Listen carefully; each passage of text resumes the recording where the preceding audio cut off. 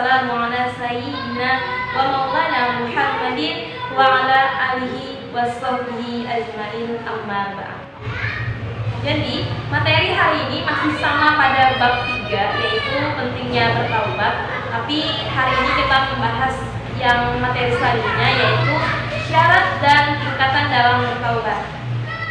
Baik, jadi syarat yang pertama yaitu adalah taubat dilakukan dengan ikhlas. Nah, jadi maksudnya di sini adalah bagaimana taubat yang kita niatkan, taubat yang kita inginkan itu semata-mata ikhlas hanya karena kita takut kepada Allah Subhanahu wa taala dan kita mau bahwa kita itu lebih baik lagi dari sebelumnya. Setelah kita melakukan kesalahan, maka kita memohonkan ampun kepada Allah Subhanahu wa taala, harapannya itu bisa lebih baik lagi dan bisa diterima oleh Allah Subhanahu wa taala apapun yang kita mohon ampunkan, terus dosa kita diampuni dan amal ibadah kita juga diterima. Dan selama kita bertobat itu niatnya hanya karena Allah, bukan karena dunia, yang perkara dunia, maka itu adalah yang berkaitan sama ikhlas tadi. Maksud ikhlas di sini tadi, memang kita bertobat itu hanya karena Allah Subhanahu wa taala, tidak ada perkara yang lain, tidak ada karena something yang lain, tapi just for Allah. Terus syarat yang kedua adalah menyesal dan merasa sedih atas dosa yang dilakukan.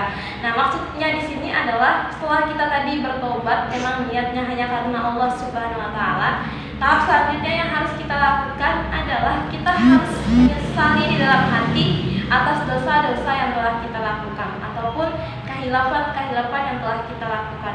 Jangan sampai tidak ada rasa penyesalan di dalam hati, karena jika tidak ada rasa penyesalan di dalam hati, maka itu akan berkemungkinan untuk kita melakukannya lagi. Jadi tanamkan dalam hati setelah kita memang niat bertobat kepada Allah Subhanahu wa taala, kita harus menanamkan bahwa kita menyesal telah melakukan dosa tersebut. Baik, jadi syarat yang selanjutnya adalah berhenti dari maksiat. Nah, maksudnya di sini adalah jika dosa yang kita lakukan adalah sebuah kewajiban, maksud dari kewajiban ini yang kita tinggalkan, maka segera lakukan. Gitu ya. Terus jika dosa yang kita lakukan di sini adalah sesuatu yang haram, kemudian kita lakukan, maka segera tinggalkan, jangan dilakukan lagi. Dan jika dosa yang kita lakukan adalah dosa yang berkaitan sama hak orang lain, misalnya kita memakan uang teman kita, misalnya sebenarnya uang itu bukan teman kita, tapi ternyata kita yang menggunakan. Nah, itu segera kita selesaikan urusannya sama teman kita. Poin yang terakhir adalah taubat dilakukan pada masa yang masih diterima. Maksudnya di sini adalah Allah Subhanahu wa taala itu selalu menerima taubat hambanya, seperti yang sudah kami sampaikan tadi, selama matahari masih terbit dari timur ke barat, terus selama nyawa masih ada di badan kita. Tapi kalau misalnya nyawa kita sudah tidak ada ataupun ajal kita sudah datang, maka taubat kita sudah ditutup dan Allah akan memperhitungkan dosa apa saja yang telah kita lakukan, kemudian pahala apa saja yang telah kita dapatkan selama kita tinggal di dunia. Nah, selanjutnya adalah tingkatan dari taubat.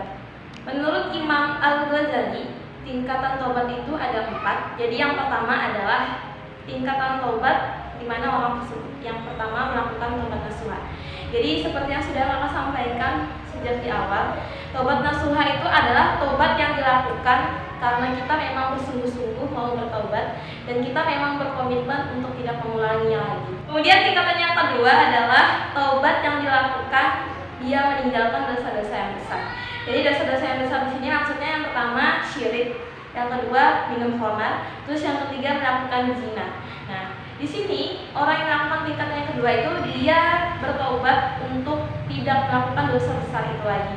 Tapi dalam berjalannya waktu dia masih melakukan dosa, cuman dia selalu sudah ada ikhtiar untuk menjaganya, untuk tidak melakukannya lagi. Meskipun pada akhir nanti dia tetap melakukan, cuman dari dia sendiri sudah berniat, sudah berkomitmen, sudah berikhtiar untuk tidak mengulanginya lagi. Jadi tingkatan yang ketiga adalah orang yang bertaubat disertai dengan niat yang dimana niatnya itu dia tidak ingin mengulanginya lagi. Jadi di sini adalah dia meskipun telah berniat untuk tidak mengulanginya lagi, tapi keadaan ataupun situasi akan membuat dia tetap melakukan dosa tersebut.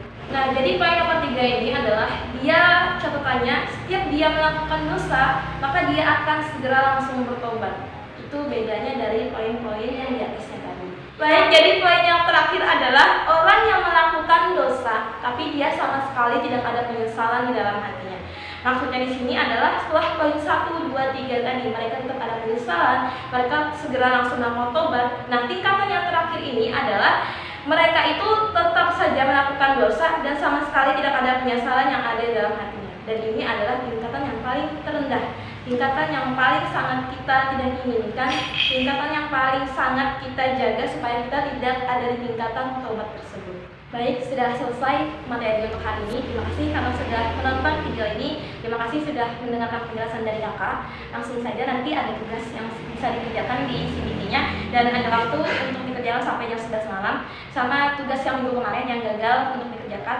Nah, jadi keutamaan taubat itu bisa kalian baca sendiri ya, tepatnya di halaman 32 dan 33. Nanti kalau misalnya ada yang mau ditanyakan, silahkan bisa tanyakan di kolom chat komentar di YouTube kakak. Nanti kakak jawab langsung di situ. Terima kasih untuk waktunya. Wassalamualaikum.